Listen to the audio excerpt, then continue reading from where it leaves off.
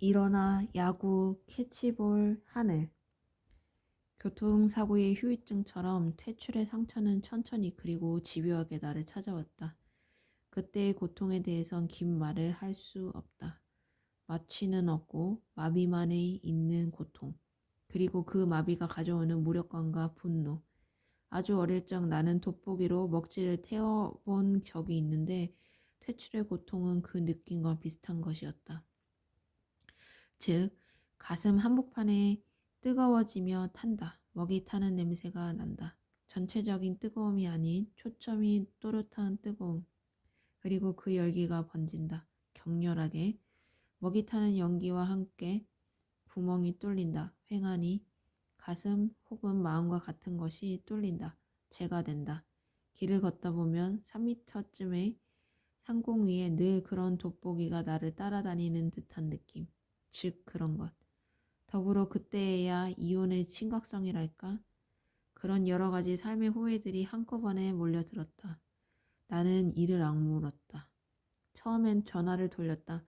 선배들이 한결같이 위로의 말을 건네왔고 한결같이 지금은 상황이 안 좋아. 조금만 기다려보자는 말을 했다.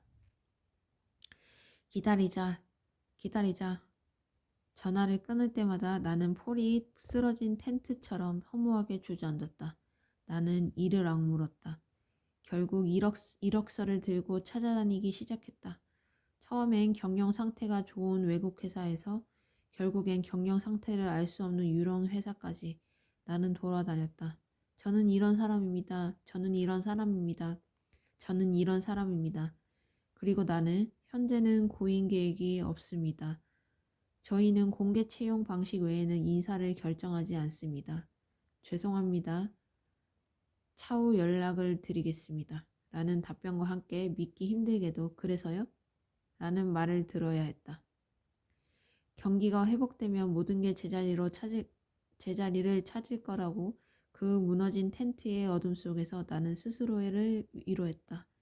나에겐 누구 못지않은 경력과 누구 못지않은 학력이 있었다. 나는 누구 못지않은 인간이다. 라고 되새기면 되새길수록 나는 누구보다 못한 인간으로 전락하는 기분이었다. 나는 점점 무기력해지고 있었다. 한 달 정도 그런 시간이 지나고 나자 마음이랑 개 사라지는 느낌이었다. 상공의 돋보기는 날이 갈수록 커져갔고 때는 여름이었다. 너 회사 관둔 거냐? 하루는 식탁에서 조성훈이 물어왔다. 나는 말없이 고개를 끄덕였다. 화가 났다. 이유 없이 화가 나는데 놈이 맥주를 벌컥벌컥 들이키며 잘했어 라고 말했다. 하마터면 나가라고 소리를 지를 뻔했다.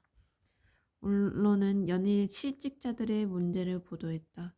마치 하나의 샘플처럼 가족과 동반 자살한 40대 가장의 이야기, 녹숙자로 전락한 대기업 간부의 이야기, 또 도산공원의 비둘기들 사이에 섞여 신문의 고일란을 뒤지는 실직자들의 인터뷰가 꼬리에 꼬리를 물고 이어졌다. 살 길이 막막해요. 모자이크로 처리한 얼굴, 변조된 음성이 계속해서 귀를 간지렸다. 마치 희생된 양의 울음 같다. 먹이 타는 냄새와 함께 다시 분노가 치밀었다.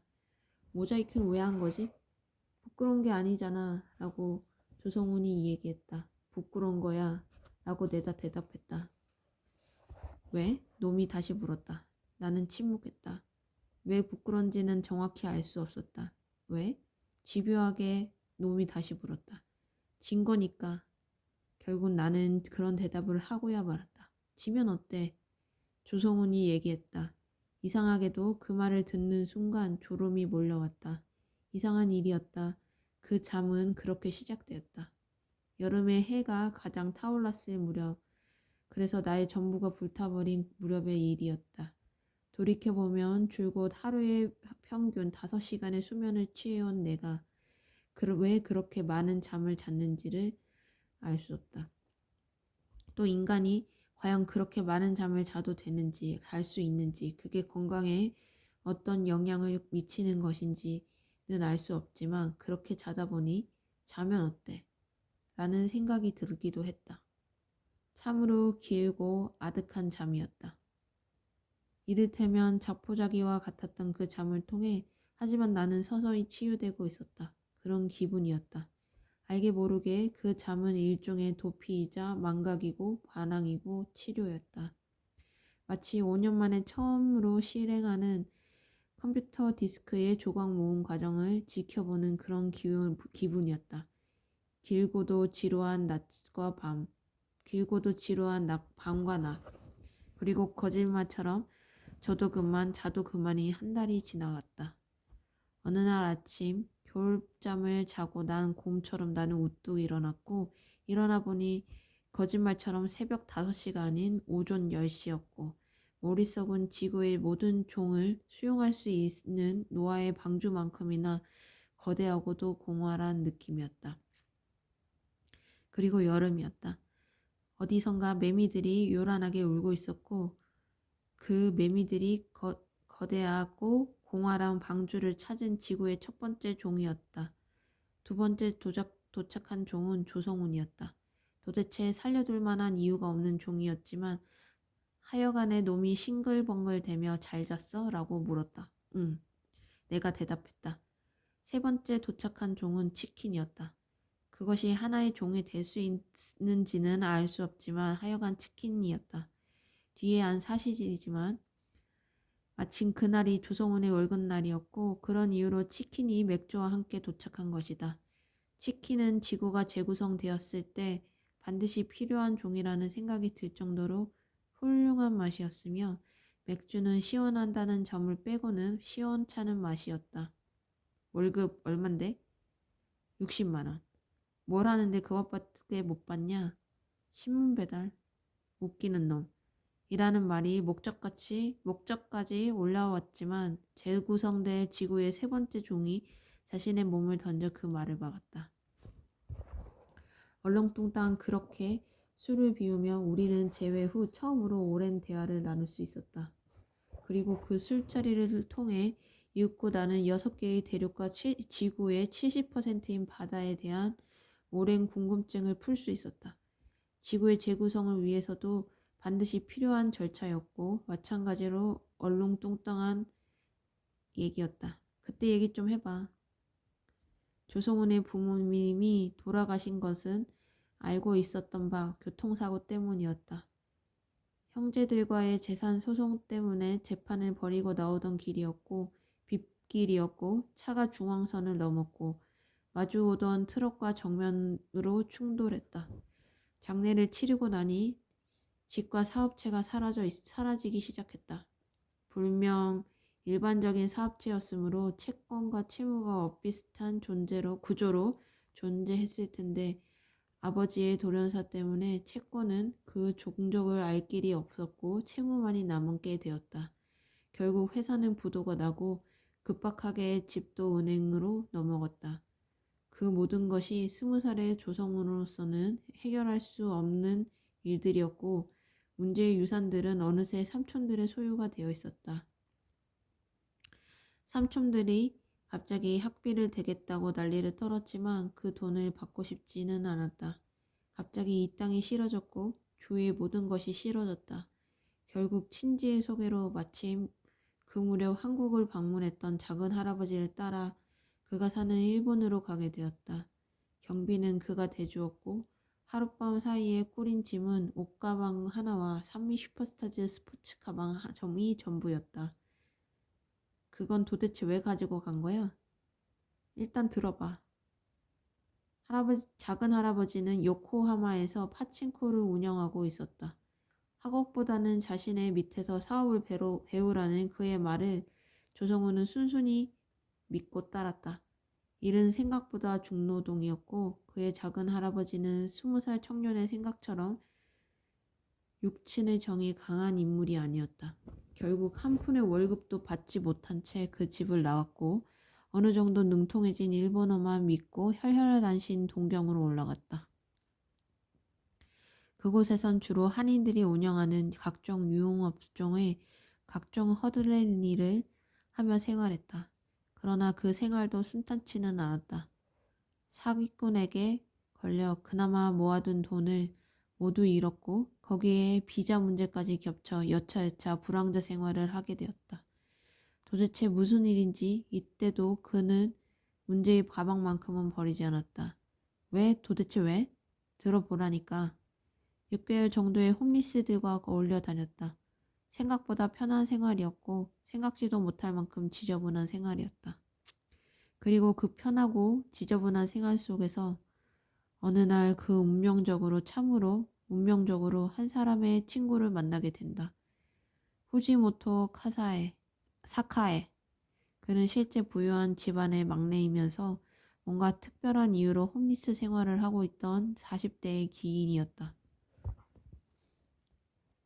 동경의 가장 더러운 지하구역에서 조성우는 그를 만났고 이런저런 얘기를 나누다 도대체 그의 눈에도 그 가방이 눈에 띄지 않을 리 없었다. 슈퍼스타? 그건 도대체 무슨 가방입니까? 이것은. 자연스럽게 조성우는 그에게 산미 슈퍼스타즈의 얘기를 들려주었고 계속되는 그의 질문에 얘기는 밤을 새워 계속되었고 다시 얘기는 근처의 세븐일레븐, 옆에 쓰레기통, 옆에 벤치로까지 그 장소가 이어졌고 거기서 유통기한이 지난 도시락 2개를 모두 꿀꺽할 때까지 이어졌고 급기야 그 40대의 눈에서 하염없이 눈물을 흘리게 만든 다음 끝이 났다. 왜? 왜 울어? 글쎄 들어봐. 그 40대의 인물은 정말이지 한참 울었고 갑자기 인생에서 할 일이 생겼다며 조성우를 자신의 집으로 데려갔고 그 어울리지 않는 부유함에 조성우는 깜짝 놀랐고 그의 노모는 노모대로 아들이 돌아왔다고 기뻐했고 여하튼 그 집의 훌륭한 욕실에서 민간으로 변신한 그는 정좌를 하고 앉아 이런 말을 했다고 한다. 미력 하나마 제가 슈퍼스타즈의 후견인이 되어도 좋겠습니까? 네. 네? 무식이요? 호지모토 카사에의 말은 농담이 아니었다. 그는 산미 슈퍼스타즈의 자료를 모으기 위해 그 한국을 여러 차례 다녀왔고 조성훈의 비자 문제도 재계에 있는 자신의 큰형을 원만하게 해결해 주었다. 기묘하게도 조성훈과 그는 닮은 점이 많았다. 그 역시 동경대를 졸업했고 또 집안의 유산 상속 문제로 법원을 들락날락했던 가족사를 보유하고 있었다. 그래서일까 사카에는 조성훈을 친동생처럼 여기고 보살펴 주었다. 숙식을 제공하고 홈리스 생활 중 옮았던 눈병과 피부병을 치료해주고 조성훈이 다시금 자신의 길을 걸을 수 있도록 물신양면으로 도와주었다. 조상, 자신이 좋아하는 일을 하세요. 조성훈이 유일한 취미를 알게 된 어느 날 그는 박수를 치며 그렇게 말했다고 한다. 그리고 신주쿠의 친구에게 비록 견습이지만 프라모델 도색공으로 일하게 해주었는데 의외로 그 일이 조성훈을 사로잡았다. 조성훈은 열심히 그곳에서 조립과 도색을 배웠고 또 시간이 나는 대로 산비의 자료에 대한 조언을 사카에에게 해주었다. 산미 슈퍼스타즈의 자료를 모으는 일에는 생각보다 어려웠다. 그러나 사카에는 포기하지 않았다. 그는 천신만고 끝에 여러 자료들과 물품들을 한국에서 구입해 왔고 결국 오리지널을 못 찾은 자료들은 조성훈의 오리지널을 토대로 복각에 착수했다. 그만큼 널 도와준 사람인데 그냥 주지 그랬냐? 그걸 넙죽 받을 사람이라면 산미를 좋아하지도 않았겠지. 그런 점에 있어서 조성훈과 사카에는 닮아 있었다. 조건 없는 호의를 받을 대로 받으면 편안히 기반을 닦았어도 좋으련만 조성훈은 어느 날 사카에에게 이별의 뜻을 고한다. 요컨대 이제 자립의 발판을 마련했고 더 이상 폐를 끼칠 수도 없거니와 다른 무엇보다 한국으로 돌아가고 싶어졌다는 것이 그의 변이었다. 사카에는 깊은 아쉬움을 표하며 공항까지 나와 그를 전송했다고 한다. 경비는 조성훈이 번 돈으로 해결했고 그는 일본으로 건너올 때마다 2개의 가방을 더 지니고 있었다. 물론 그 짐 속에는 산미 슈퍼스타즈의 스포츠 가방이 어김없이 포함되어 있었다. 왜? 정말이지 왜? 놈이 정색을 하며 대답했다. 이건 나의 신앙이야.